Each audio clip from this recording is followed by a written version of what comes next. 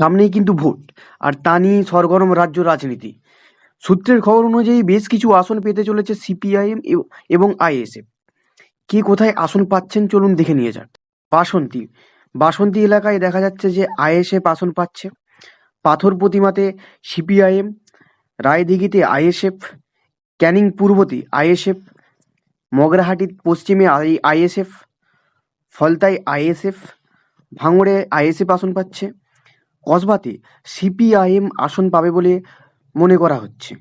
যাদবপুরে সিপিআইএম, বেহালা পূর্বতে সিপিআইএম, বেহালা পশ্চিমে সিপিআইএম, টালিগঞ্জে সিপিআইএম, মেটিয়াবুরুজে আইএসএফ আসন পাবে বলে মনে করা হচ্ছে। শামশেরগঞ্জে আইএসএফ, ভগবানগোলাতে আইএসএফ, রানীনগরে সিপিআইএম, ভরতপুরে আইএসএফ, রেজিনগরে সিপিআইএম, বেলডাঙ্গায় আইএসএফ, হরিহরপাড়ায় সিপিআইএম, নওদাতে আইএসএফ আসন পাবে বলে মনে করা হচ্ছে।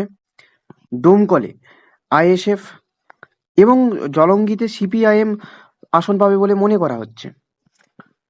সমীক্ষার দ্বারা এই বিধানসভা কেন্দ্রগুলি আমরা ইতিমধ্যে তুলে ধরতে পেরেছি। অন্য কোনো ভিডিওতে আরো অনেক বিধানসভা কেন্দ্র সম্পর্কে আমরা তথ্য তুলে ধরব।